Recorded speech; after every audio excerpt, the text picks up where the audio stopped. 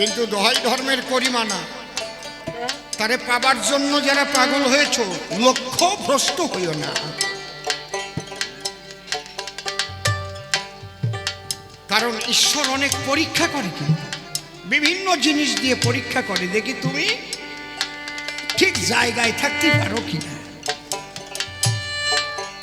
এই জায়গা ঠিক রাখা মানুষ কোটির মধ্যে গুটি।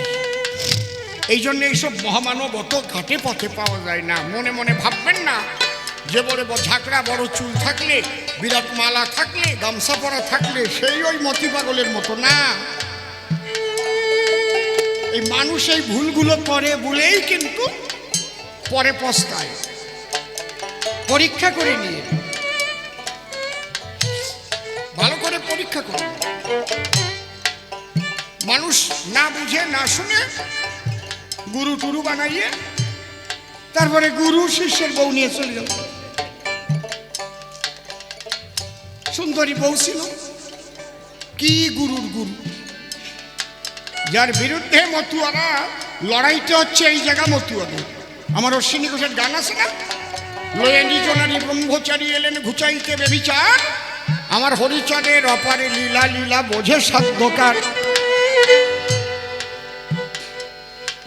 এই শিষ্যের বউ নেওয়া, বিধবা নিয়ে তাকে নিয়ে চলা, এইগুলো একটা আলাদা মত পথ আছে বৈষ্ণবীয় মতের মধ্যে। তার বিরুদ্ধে হচ্ছে হরিচাঁদ ঠাকুর এসেছে বিশুদ্ধ শুদ্ধাচার এইটা প্রচার করবার জন্য, যাতে সনাতন ধর্মটা একটা পরিষ্কার পরিশুদ্ধ জায়গায় যায়। এই জন্য সূক্ষ্ম সনাতন ধর্ম দিতে।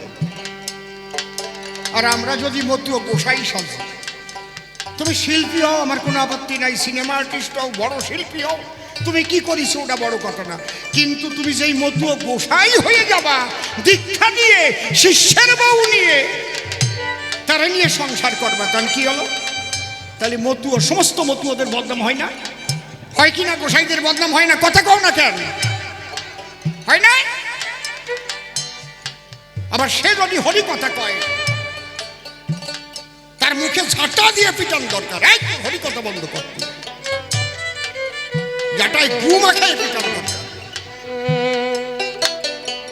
তাহলে গামছা পরিয়ে গুড়ি মালা নিয়ে কেন গোসাই সাজছিস? আমরা বৈষ্ণবদের বিরুদ্ধে বলবো যখন, তাহলে বলতে গেলে আমার নিজেরও পরিশুদ্ধ হতে হবে। তাই আমার তারক কর্তার দোহাই দিয়ে আমার অশ্বিনী কি গান লিখছে, তারক সন্তাই ডেকে বলে, হ্যাঁ, স্বামী মহানন্দের সঙ্গ নিলে তার এই দশা হয় কপালে, সচক্ষে দেখেছি। এবার অশ্বিনী ওই রোগে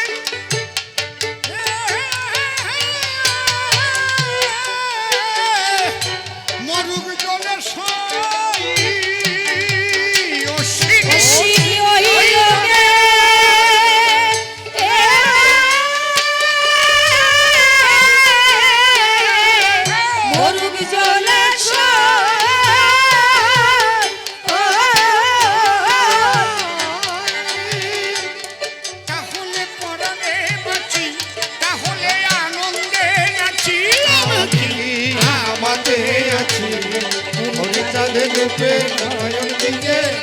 আরে ঘরের বাহির হচ্ছি।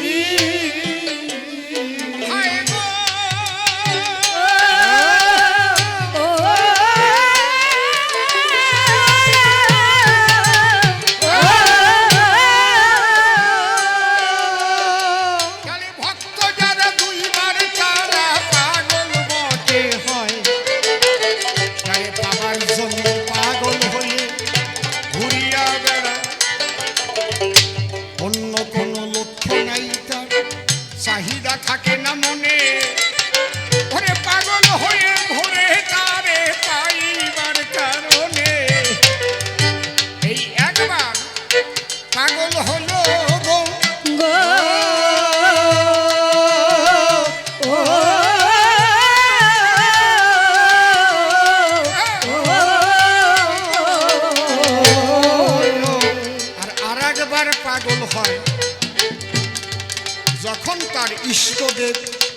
তার দেখা পায়। ছোট ঈশ্বরানন্দময় যখন তার সঙ্গে দেখা হলো, আরেকটু বাড়া, তখন সেই আনন্দময় পাগল হয়ে গেল। তখন তার বাক্য ক্রিয়া মুদ্রা বিজ্ঞে না বুঝায়, না জানিয়া না বুঝিয়া তার এই পাগল কয়। সে এমন এমন কাজ করে সেটা বৈজ্ঞানিকরাও করে না, এই জন্য তারে পাগল বলে আখ্যা বটে দেয়। সাধনার শেষ হচ্ছে ওই পাগল টাইটেল পায়, এরপরে আর কোনো টাইটেল নেই, শেষ হচ্ছে পাগল। তাহলে এতক্ষণ বসে শুধু পাগলের আলোচনা করল। এইবার দ্বিতীয় প্রশ্ন আমাকে সে করে গেছে দান, গুরুচাঁদকে বাবা কিংবা ভগবান বলো কেন?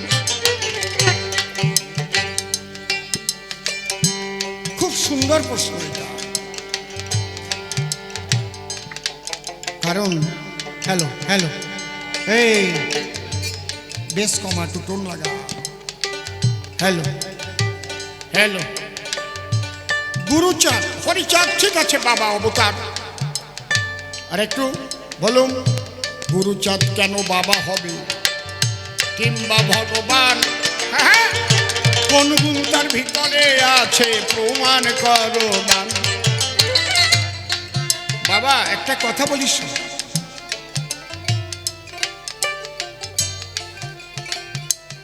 বাবা হওয়ার মতো কাজ করলেই তখন তারে বাবা বলা যায়। আমাদের শাস্ত্রের মধ্যে লেখা আছে পঞ্চপিতার সপ্তমাতা, পাঁচজন বাবা হওয়ার সমতুল্য, আর সাতজন মা হওয়ার সমতুল্য। কি কি একটু শুনেন। পঞ্চপিতা সপ্তমাতাটা কি? হ্যালো আর একটু টোন। পঞ্চপিতা, প্রথম পিতা হচ্ছে যে পিতাই আমাকে জন্ম দিয়েছে, জন্ম যার ঔরসে, সেই আমার প্রথম পিতা বলি সভা পাশে। আত্মবৈজায়তে পুত্র, এটা হচ্ছে প্রথম সূত্র। তাহলে জন্মদাতা পিতা, লিখে নিয়ে যাও। আর কে? শিক্ষাদাতা আর এক পিতা। শুধু জন্ম দিলে কি হয়?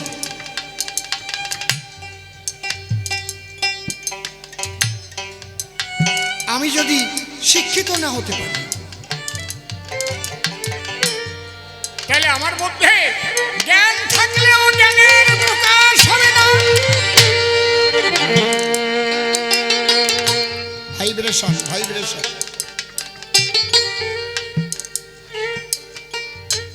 আমি দেখেছি, লক্ষ্য করি, এমন এমন কৃষক যারা এক অক্ষর লেখাপড়া জানে না, তাদের মধ্যে এত জ্ঞানের প্রখরতা।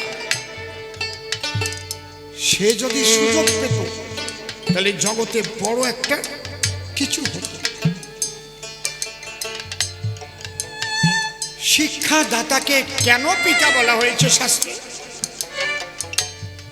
আমরা যদি হিস্ট্রি অফ এডুকেশন এটা পড়ি, অর্থাৎ শিক্ষার ইতিহাস, হিস্ট্রি অফ এডুকেশন, সেখানে শিক্ষাকে তিন ভাগে ভাগ করেছে। মা বাবা সবাই একটু লক্ষ্য করে শুনুন, আর তোমরা জানিয়ে দাও সবাইকে আমার এই কথাগুলো। কি কি? একটা প্রাচীন যুগীয় শিক্ষাধারা, একটা মধ্যযুগীয় শিক্ষাধারা, আর একটা আধুনিক যুগের শিক্ষাধারা। প্রাচীন যুগের এই শিক্ষা গ্রহণ করতে হলে কি করতে হতো? গুরু গৃহে যেতে হতো। কোনো স্কুল কলেজ স্কুল এগুলো কিচ্ছু ছিল না। কিন্তু ওই গুরু গৃহে ব্রাহ্মণ সন্তানদেরই শিক্ষা নেওয়ার অধিকার ছিল। কোনো শূদ্র সন্তানের শিক্ষার অধিকার ছিল না। গুরুচাঁদ হরিচাঁদকে মানবেন কেন? সেটা ভালোভাবে না জানিয়ে মানতে গেলি না জুত পাওয়া যায় না।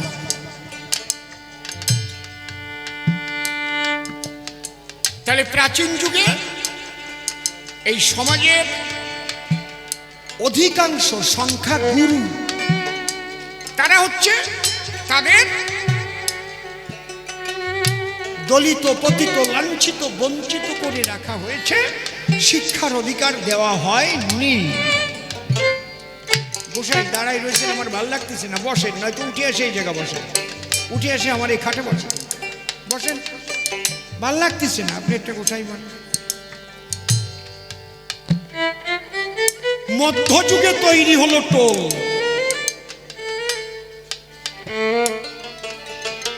টোল ত্রিপাঠী। তাহলে যখন গুরুগৃহে শিক্ষার অধিকার সূত্রের ছিল না, ভালো করে শুনবেন, সেই সময় গুরুগৃহে গিয়ে লেখাপড়া শিখেছে, তার নাম শ্রীকৃষ্ণ বলরাম। যে কৃষ্ণকে আমরা ভগবান বলে পূজা করি, ঈশ্বর পরম কৃষ্ণ সচ্চিদানন্দ বিগ্রহ, অনাদির আদি গোবিন্দ সর্বকারণে কারণ, তাকে বলা হয় উল্লঙ্ঘ ত্রিশীল ভাগবতী, অর্থাৎ স্বর্গ মর্ত পাতাল শুধু নয়, তাহারও অতীত তিনি। তাই তার লেখাপড়া লাগলো কেন? তাহলে তিনি লেখাপড়া শিখতে গেছিলেন কার বাড়ি? কেউ জানেন? কেউ জানেন কোন গুরুর গৃহে লেখাপড়া শিখতে গিয়েছিল? কেউ জানেন? দেখি বলতে পারে নাকি? ছোট কেউ জানে? রাই শান্তিপনি মুনির বাড়ি। গুরু দক্ষিণা, এখন তো সেই কীর্তন উঠিয়ে গেছে। আমরা গুরু দক্ষিণা যখন গাইছি তখন ওই গুরু দক্ষিণের মধ্যেই তো সব পাইছি। গুরু দক্ষিণে একটা পালা আছে, কৃষ্ণ বলে ডাকে আমায় দাদা বলরাম, পরিচয় আর কিবা দিব, এই তো মোদের নাম। তারা বলে নিজ নিজ নাম, আমি কৃষ্ণ দাদা বলরাম। মুনিবর শিখায় যাহা, অতি কুতূহলে দুটি ভাই শেখে তাহা বড় বহেলে। তারা 11 বই 2 বার শেখে না, মুনিবরের শিক্ষা তারা 1 বার বই 2 বার শেখে না।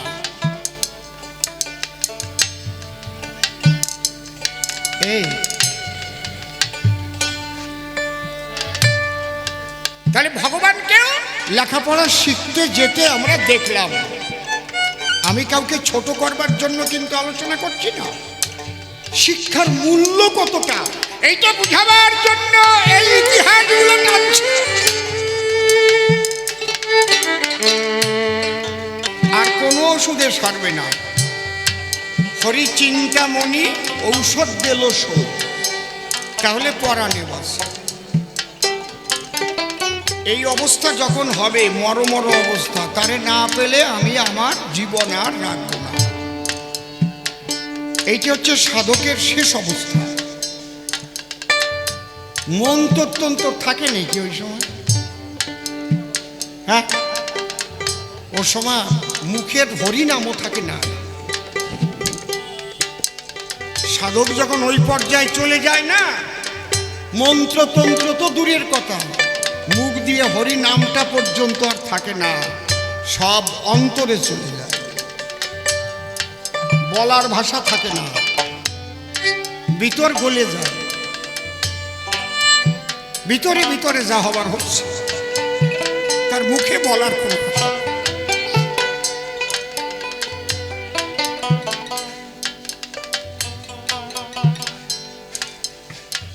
সে যে কোন পর্যায়ে যার না হয়েছে সে তো বুঝতে পারবে না, এই পাগল হয়ে যায়। তো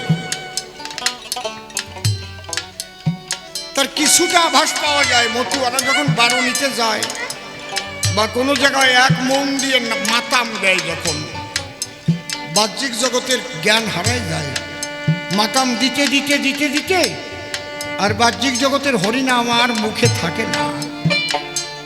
বাবের ঘরে চলে যায় এ তো কিছু সময়ের জন্য। ওই ভাবটা ধরে রাখতে পারে না কেন? ভাবটা ধরতে গেলে এমন কিছু নিয়ম মেনে চলতে হয়, সেই নিয়ম মেনে চলে। পিতৃধন নষ্ট করে ফেলে, মুখ দিয়ে মিথ্যা কথা বলে ফেলে, ভাব চলে যায় তখন।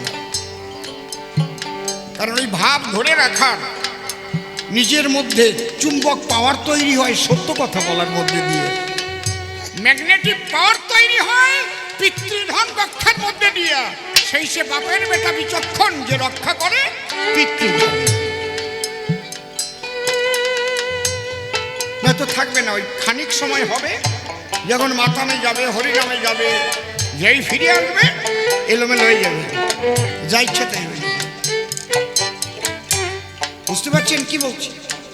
খুব কঠিন ব্যাপার, এত সহজ না।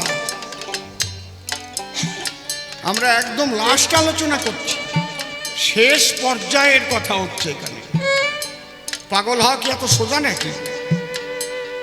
হ্যাঁ, এ বড় কঠিন ব্যারাম, কিছুতে হয় না আরাম। কেবল বলি মলাম মলাম, মরমে মরে রয়েছি।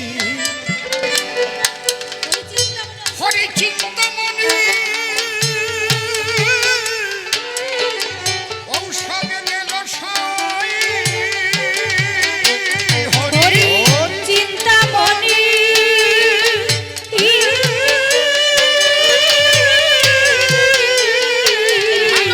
ঔষধ দিল সাই।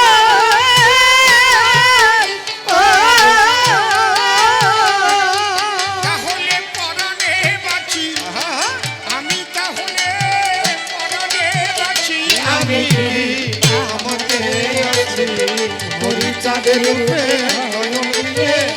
আরে ঘরের বাইরে হয়েছি। এই পৃথিবীর সৃষ্টি হওয়ার পরে আমি একটা বড় কথা বলে যাচ্ছি, যত ইউটিউবার আছে আমি নিবেদন করি তাদের কাছে আমার এই কথাটুক কেটে তোমরা ভাইরাল করে যাও। এই পৃথিবীর সৃষ্টি হওয়ার পরে যত ধর্মমত তৈরি হয়েছে, খুব লক্ষ্য করে শোনো, ঈশ্বরকে ভজনের তিনটে পথ আছে। একটা হচ্ছে জ্ঞানের পথ, একটা যোগের পথ, আর একটা ভক্তির পথ। জ্ঞানের পথের দ্বারায় কি হয়? জ্ঞান যোগ ভক্তি তিন সাধনের বসে ব্রহ্ম আত্মা ভগবান ত্রিবিধ প্রকাশে। যারা জ্ঞানী তারা সাধনা করে ব্রহ্ম উপলব্ধি করে, এক ব্রহ্মময় জগৎ, এই বোধটা জানে। আর যোগী সাধনা করে, যোগ ধ্যান করে নিজের ভিতরে সেই ব্রহ্মের যে অনুসত্তা আত্মা, সেই আত্মজ্যোতি দেখতে পারে। আমি আত্মা, আমি দেহ না। তাহলে দুটো পর্যায়ে চলে গেল। আর শেষ পর্যায়ে হচ্ছে ভক্তি। ওই যে মাটি দিয়ে মা কালী গড়া আছে বা পাথর দিয়ে যাও, ওই মা কালী জ্যান্ত হয়ে যাবে। মাটি দিয়ে যে হরিচাঁদ শান্তিমাতা আছে জ্যান্ত হয়ে যাবে, একদম এরকম মানুষের মতো কথা কবে। এইটা হচ্ছে ভক্তির সাধনা।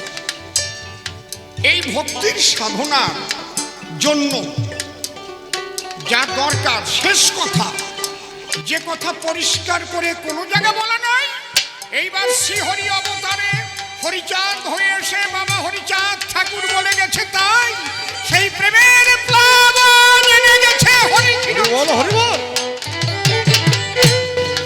যেটা চেষ্টা করেছিলেন আমার চৈতন্য মহাপ্রভু, কিন্তু ব্রাহ্মণ্যবাদীদের জন্য তিনি ধাক্কা খেয়ে নবদ্বীপ থেকে তারপরে উড়িষ্যায় গিয়ে তাকে গম্ভীরায় যেতে হলো, এবং শেষ পর্যন্ত তার যে কিভাবে লীলা সম্বরণ হলো তা কেউ বলতে পারে না, সঠিক কেউ বলতে পারে না। একমাত্র প্রেম ভক্তি, এখানে কোনো তন্ত্র মন্ত্র কিচ্ছু চলবে না। বুঝতে পারছেন কি বলছি? ওই তন্ত্র মন্ত্র করে পূজা পার্বণ টার্বণ এগুলো হচ্ছে বহিরঙ্গীয় ব্যাপার, আমি মানা করছি না। আপনারা করেন, ওতে ক্ষণিকের জন্য মনের একটা তৃপ্তি, ওতে কিছু ফলও আপনি পাবেন। যার পূজা করবেন, যদি আপনি মন দিয়ে দুফোঁটা চোখের জল দিয়ে তার কাছে আকাঙ্ক্ষা করেন, এই সামনে দিয়ে করবা না, তাহলে আপনার মনোবাসনা যে পূর্ণ হবে না তা না। কিন্তু আপনি যদি ঈশ্বর লাভ করতে চান, তাহলে তন্ত্রমন্ত্র দিয়ে হবে না। হরিবল হরিবল, একদম ভক্তির পথ, প্রেমের পথ। সে রোগ আলাদা, এই রোগ জাগে হয় তারে পাগল কয়। এই রোগ জাগে হয়, সে কৃষ্ণ ভক্তের হতে পারে, রাম ভক্তের হতে পারে, হরি ভক্তের হতে পারে, কালী ভক্তের হতে পারে। যে কালীকে চাইছে, কালী মা দেখা দাও করতে করতে এই রোগটার নামই হচ্ছে পাগলা রোগ। মুসলমানদের মধ্যেও আছে, হাক্কানি ফকির কয়, ওদের জিগির দেয়, আল্লাহ হক, আল্লাহ হক, আল্লাহ হক। কোনো নামাজও করে না তারা, রোজাও করে না, কিচ্ছু করে না, শুধু আল্লাহ হক আল্লাহ হক। এদের বলে হাক্কানি ফকির। বুঝতে পারছেন কি বলছি? আর এই ভাবটার নামই হচ্ছে মতুয়া ভাব, মেতে যাওয়া। কৃষ্ণ নামের মতো হতে পারে, রাম নামের মতো হতে পারে, কালী নামের মতো হতে পারে। এই মতুয়া শব্দটা এসেছে হরিচাঁদ ঠাকুর আসার পরে, কারণ এটা গালাগালি ছিল, মতুয়া বলে গালি দিত। মাতিয়ে গেছে সব মতুয়া দল, হচ্ছে আমাদের গোপালগঞ্জে বাসা।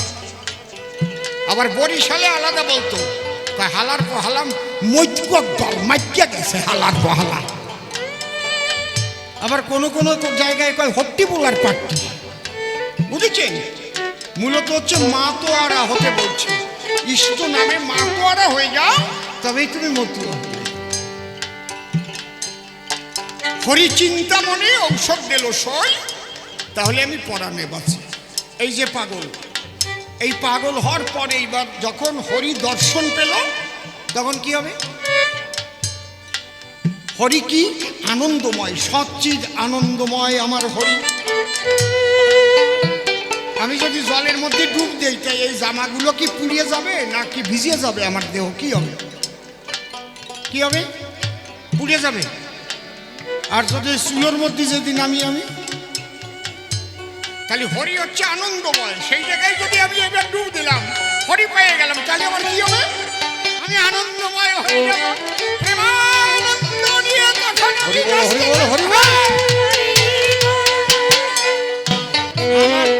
আমার দেহ মন সব জায়গায় আনন্দময় খেয়ে যাবে না। বোঝো কি নাকি? বোঝো তো?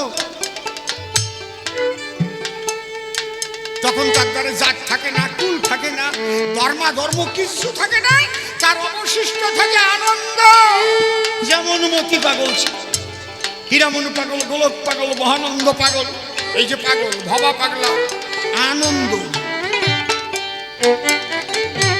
ছোট আমি অসীম সরকার কান্দিতে গেছিলাম, আজ থেকে তাও 40-42 বছর আগে। কান্দিতে এক খেপা থাকতো, তার বয়স 365 বছর। বামা খেপা ত্রৈলঙ্গ স্বামীর সঙ্গে চলিছে। খবর শুনে আমি আর শ্রদ্ধেয় অমূল্যবাবু দুইজনই গেলাম। গেলি 365 বছর বয়স, উনি মাথায় করে ইট বসছে, ইট। দেখে তো অবাক হয়ে গেল। গেলি বলো आए आए आजा साला आजा इधर आजा भवा पगला का चेला आजा। গেলাম, কাটুয়া চেনেন তো? কাটুয়া কাঠ দিয়ে বানায়, ওই কাটুয়া ভরিয়ে চা বানায় আনিছি। বেশি গরম না, আর দিলি আচ্ছাদ পড়বে না। 20 খানেক বিড়াল চলে আসলো, এদার দিয়ে ওদার দিয়ে চুক করে খাওয়া আরম্ভ করছে। আর ওই জায়গাতে ওই একটু গরম চা, বেশি গরম না, তুলে আমার আর অমূল্যবাবুরে দিচ্ছে। আমি ভাবলাম আজকে ডিপথিরিয়া না ওই আর সারবে না, বিড়েলে খাচ্ছে, খাতে দিচ্ছে। আরে কপালে কোন পালায় পড়লাম, মরিছি তো। অমূল্যবাবু কয়, এই খা। খালাম। ওই খেপা কয়, চল অন্দর মে চল, অন্দর মে চল। আয়। ও বাবা, একদম নিচে আন্ডারগ্রাউন্ডে গিয়ে দেখি এত সুন্দর পরিবেশ, ধূপকাঠি জ্বলতেছে, আলো জ্বলছে, বাবা পাগলার বিরাট একটা ছবি আসলে। আমি তো আরো অবাক হয়ে গেলাম। এবার অমূল্যবাবু জিজ্ঞেস করেছে যে 365 বছর বয়স আপনার, আপনি বাবা খেপার সঙ্গে চলেছেন, আপনি ত্রৈলঙ্গ স্বামীর সঙ্গে চলেছেন, বাবা পাগলা তো সেদিনের বাবা পাগলা। তখন উনি কয়টা কথা বলেছেন। বলল, देखिए ये हिंदुस्तान में बहुत संतु आदमी आता है फिर भी जाता है, लेकिन बाबा पगला आनंद लोकवासी, बाबा पगला आनंद लोकवासी, वो हमारा गुरु जी का गुरु, परम गुरु है, इसीलिए हम उसको पूजा करते हैं। কথাটা এখন মনে পড়ে আমার এই অশ্বিনী কর্তার গানগুলো যখন পড়ি, আমার তারক প্রসাদ গান দেখে যেমন অবশিষ্ট থাকে আনন্দ, আর কিচ্ছু থাকে না। এই আনন্দের জগতে যখন চলে যায়, অর্থাৎ আগে পাবার জন্য একবার পাগল হয়, আর পেয়ে গেলে আনন্দময় পাগল হয়। তাই আমার অশ্বিনী কর্তা কি লিখল, হরি প্রেম বিচ্ছেদ রোগে বাঁচি না তার ভাবুক বেগে, মন বসে না ভোগে যোগে, আমি যে রোগের রোগী।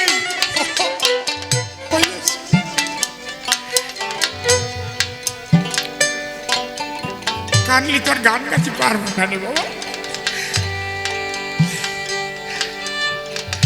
হরি প্রেম বিচ্ছেদ রোগে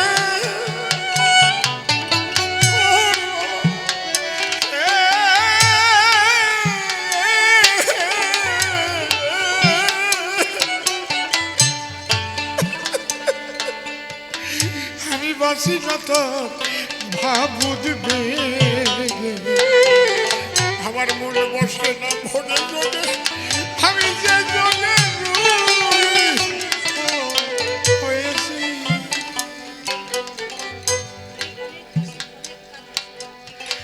আমি ক্ষণে খাসি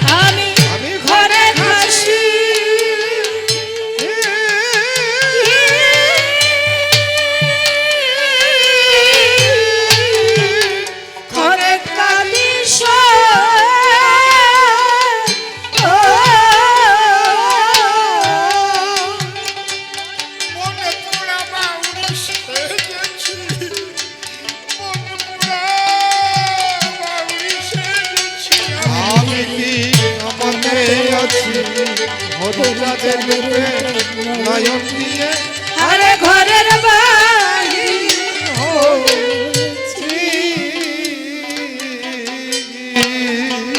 ও শরীরে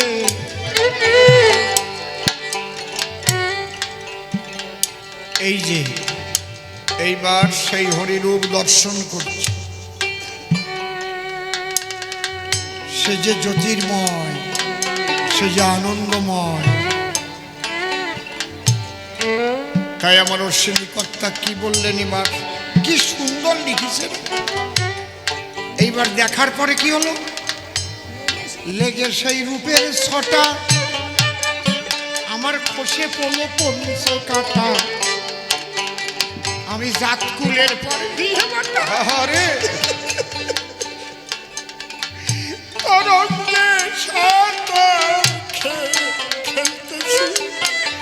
বলছিলাম না সাগরের তরঙ্গে সাঁতার লেগে সেই রূপের ছটা আনন্দময় প্রেমময়। হরি বল হরি বল হরি বল হরি বল।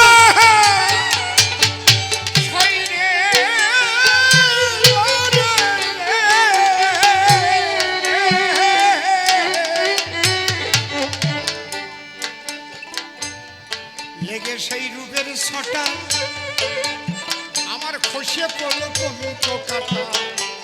জাতকুলের পর দিয়ে বাটা এখন তরঙ্গে সাঁতার খেলতেছে।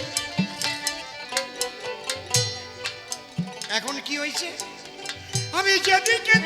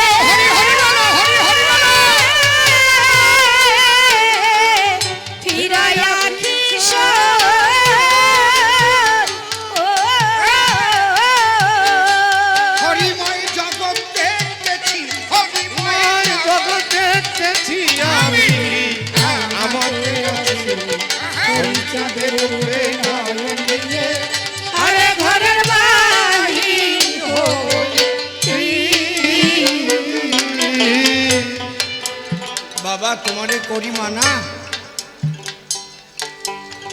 তুমি জাগতিক জগতের হারানো পাগলের সঙ্গে ঈশ্বর প্রেমিকের পাগলদের মিল দিও না বাবা, এতে অপরাধ হয়।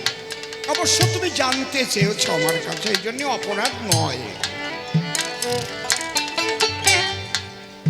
আজকে আমরা যেখানে প্রেমের বাজারে এসেছি, এটা একটা প্রেমের বাজার মিলেছে, মেলা, প্রেমের মেলা। আহা, মূলত তো এই মেলার মূল মতি পাগল, তাই তো? সেও একজন পাগল। এই মতি পাগলকে আমার বড় মা শ্রদ্ধেয়া প্রয়াত বীণাপাণি দেবী খুব ভালোবাসতেন, এমনকি শ্রদ্ধা পর্যন্ত করতেন। হ্যাঁ ঠিক বলছি আমি। একবার মা বীণাপাণি দেবী মতি পাগলের কাছে একটা নালিশ দিল। এই জায়গা বসার জায়গা নাই না, সবাই দাঁড়ায় আছে, যদি বসার জায়গা থাকে বসে পড়ে। বাবা একটু বসে পড়ো, বাবা আমি সবার পায়ে ধরে বলছি একটু বসে পড়ো, এইভাবে এলোমেলো ভাবে থেকো না তোমরা। যদি থাকে রাগারাগি করে না, প্রেমের মেলা, প্রেমের বাজার, এ জায়গায় কোনো রাগ হবে না।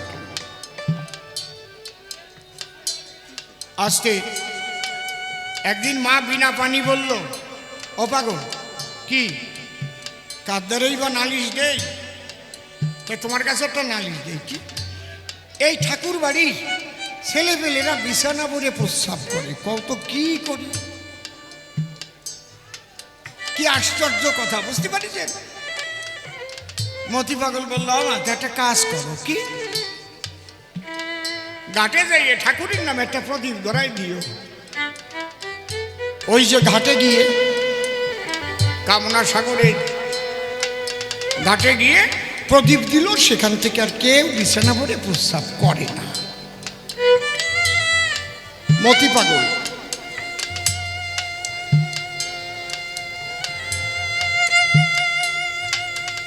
তখন কিন্তু মা বীণাপাণি দেবীর আরো বেশি বিশ্বাস এসে গেল। এটা কেমন হলো? এ কোনো তন্ত্রমন্ত্র তাবিজ কবজ দিছিল কি? এই যে বাক্যটাই ব্রহ্মবাক্য হয়ে গেছে তো, কারণ আনন্দের সঙ্গে মিশে গেছে না। তারাও তো ঘন ঘন কয় না, যেটা কয় সেটা কয়। তারা অত ঘন ঘন দীক্ষাও দেয় না, নিজেরা পাগল বলতেও বলে না। তারা হিসেব করে যে দীক্ষাকে দেব, আমার নৌকায় কি পার করতে পারবো, নৌকায় জায়গা আছে তো।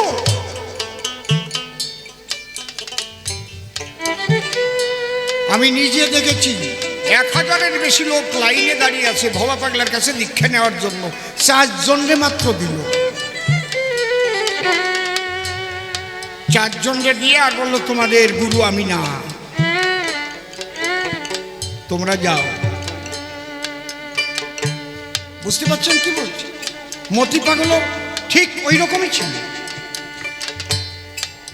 একবার এই মতি পাগল আন্দামান যাচ্ছে হরিনাম প্রচার করবার জন্য। বীণাপাণি দেবীও জানে না যে মতি পাগল ওই জাহাজে যাচ্ছে। একই জাহাজ উঠিছে, জাহাজের মধ্যে 2 জনের দেখা, বীণাপাণি দেবী আর আমার মতি পাগল। কি আনন্দ হয় বলেন তো, এই যে 2 জনের দেখা হলো। তখন বীণাপাণি দেবী করজোরে মতি পাগলকে প্রণাম করতে গেল। একটু ছোট্ট ঠিক করে বাজাও। মতি পাগল বলছে, ওমা তুমি কি করছো? মা, তুমি যে আমাদের বড় মা, তুমি আমাদের প্রণাম করে না। আরে পাগল, আমারে মানা করবা না, কারণ আজকে স্বপ্নে দেখেছি যে সেই জাত পাগলের এক পাগলের সঙ্গে আজ আমার দেখা হবে, তাই সেই জাত পাগলের সঙ্গে দেখা হয়ে গেল আজকে। বীণাপাণি কিন্তু স্বপ্নে দেখেছিল যে আজকে একজন জাত পাগলের সঙ্গে দেখা হবে। ওই যে গান আছে না আমার তারকে, সে কি জানো, জুটে কয় জাত পাগল আছে না, সবে বলে হরি বল, এই জাত পাগল।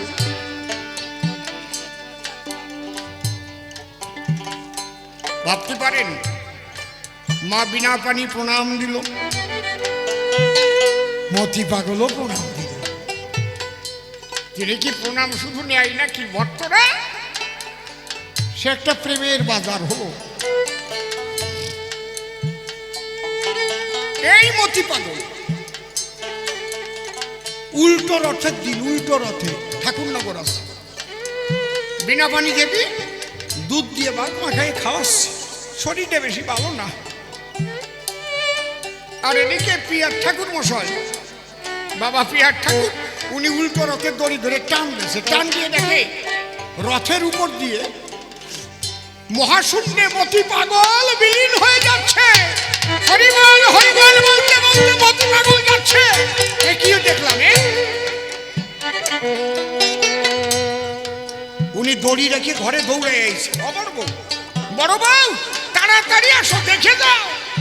গিয়ে দেখে ওই বীণাপাণি দেবী কোলের মধ্যে নিয়ে মতি পাগলদের দুধ নিয়ে ভাত খাওয়াচ্ছিল। ওই জায়গায় দেহ ত্যাগ করেছে।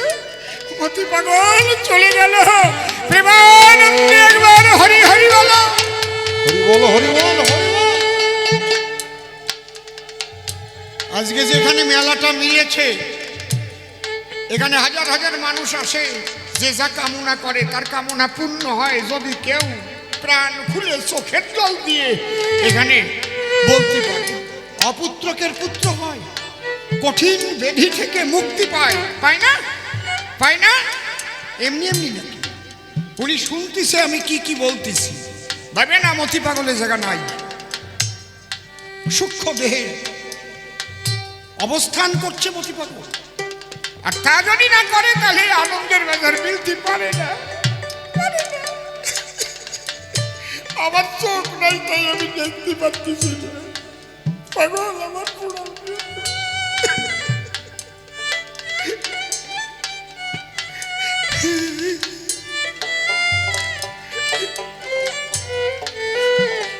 পাগল যাবার আগে বলে গেছিল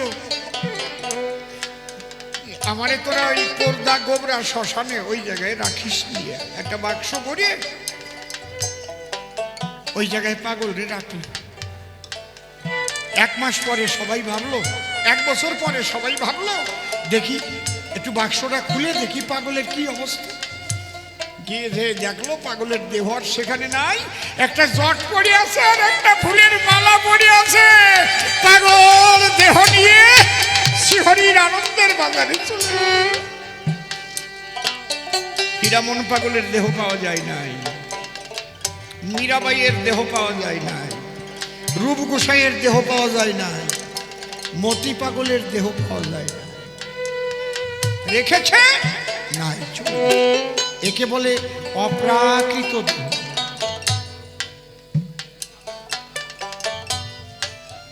ভাবতে পারে ওই যে কল্যাণ বসা ওদের বাড়ি কত লীলা করেছে মতি।